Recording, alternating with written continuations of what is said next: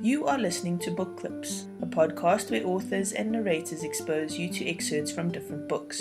You can find the show and more by searching for The Lesbian Talk Show on iTunes, Podbean or Stitcher. A Girl Called London by Clare Lydon. This is an excerpt from my latest novel. I hope you enjoy. Sophie had forgotten the collapsible doggy water bowl, so she walked Branston back to her block of flats to fetch it. Branston was a snappy mop of a Yorkshire Terrier. He thought he was born to take on the world. Sophie wasn't going to be the one to tell him that he was only a foot tall and to stop being so territorial about public pavements. She rounded the corner into their courtyard, gave Roger a wave and jumped into the lift, pressing the floor 20 button. As the doors closed, Branston squared up to himself in the lift mirror and began to bark at his reflection. When he moved left, so did his reflection, and he barked louder. When he moved right, he stopped, seemingly puzzled. "Stupid dog," Sophie said, as the lift reached her floor. "It's you, Branston, no one else." Every time she said the dog's name, she was hankering for a cheese and pickle sandwich. In response, Branston cocked his head, still thrown. "It's a good job you're still cute, isn't it?" Sophie said, leading him out of the lift.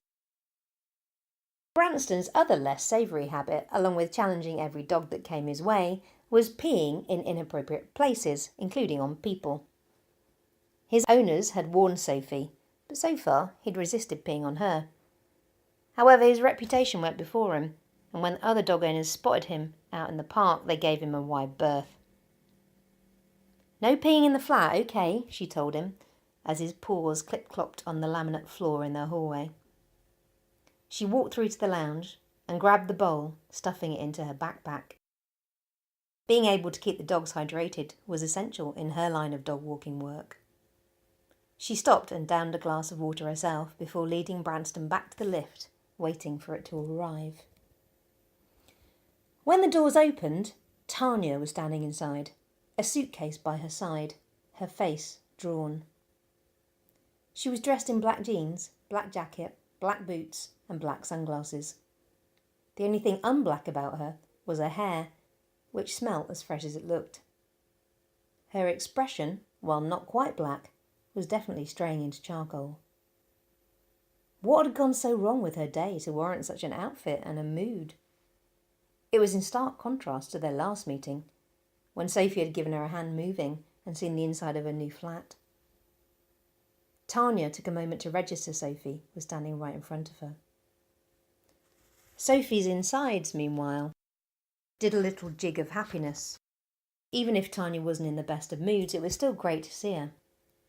"Hey, fancy meeting you here," Sophie said, pulling Branston inside. He assessed Tanya before starting to bark at his reflection again. Tanya glanced down, then gave Sophie a weak smile. "Hi," she said, so quietly Sophie almost didn't hear her. "You going away?" she asked, nodding at Tanya's case. It was black too, hard-shelled, and most likely cost more than Sophie's entire wardrobe. Tanya looked at her case, almost as if she'd forgotten it was there. "Yeah," she replied, "going home for a few days." Sophie nodded. "Parental duties?"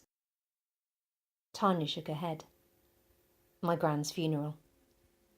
Her shoulders slumped as she said it. No wonder she looked so dark and defeated. Sophie's heart broke just a little when she heard that. She wasn't close to her grandparents, but she understood loss acutely.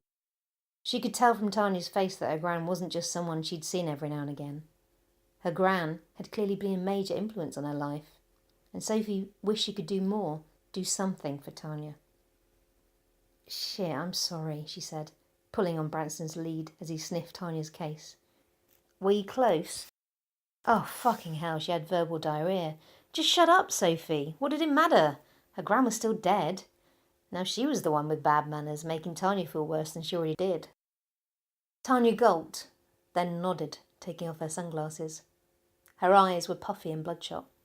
"We were. She taught me everything I know, actually. She was the first woman I ever loved." At that, Sophie was stumped. Shit, I really am sorry. Should she hug her? Sophie assessed the situation, but then decided against it. After all, she hardly knew Tanya at all. Who knew if she was even the hugging type? She wasn't giving off that air right now. Her body was taut, a mass of sharp angles. "Where's home?" Sophie asked, popping the silence hanging over them like a weighty balloon. The Midlands," Tanya said, screwing up her face. And then, out of the corner of her eye, Sophie saw Branston raise his right leg.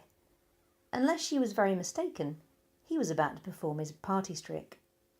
"Branston, no!" Sophie shouted, but it was too late. As Tanya widened her eyes in fascination and horror, Branston let out a steady stream of yellow doggy wee onto Tanya's left boot. Sophie yanked his lead, and he fell off balance, squirting a shaded line of wee up in the air, arcing over Tanya's case and hitting the mirror. "Shit!" Tanya said, jumping out of the way, as Branston continued to hop around, barking. "Luckily not shit, just wee," Sophie replied, as the lift reached the ground floor. Then Branston shook himself before crouching and lowering his backside towards the floor. Was he going to poo now too? Not if Sophie could help it. "Branston, no!" she shouted loudly, pulling him up. He barked, went to squat again, but Sophie managed to stop him.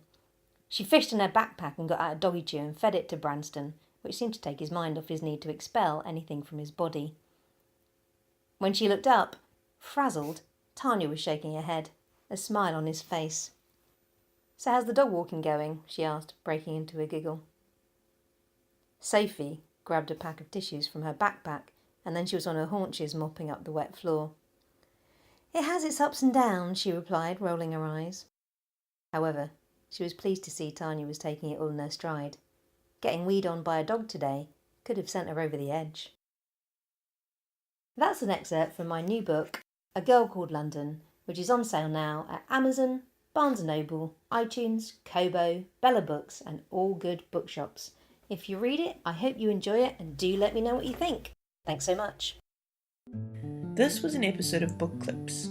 Check out the show notes for more on this book. And it would be great if you would rate the show and subscribe to the Lesbian Talk Show podcast channel for more woman-centered content. If you are an author of lesbian fiction, then send us your reading. You can find out how on thelesbiantalkshow.com/reading.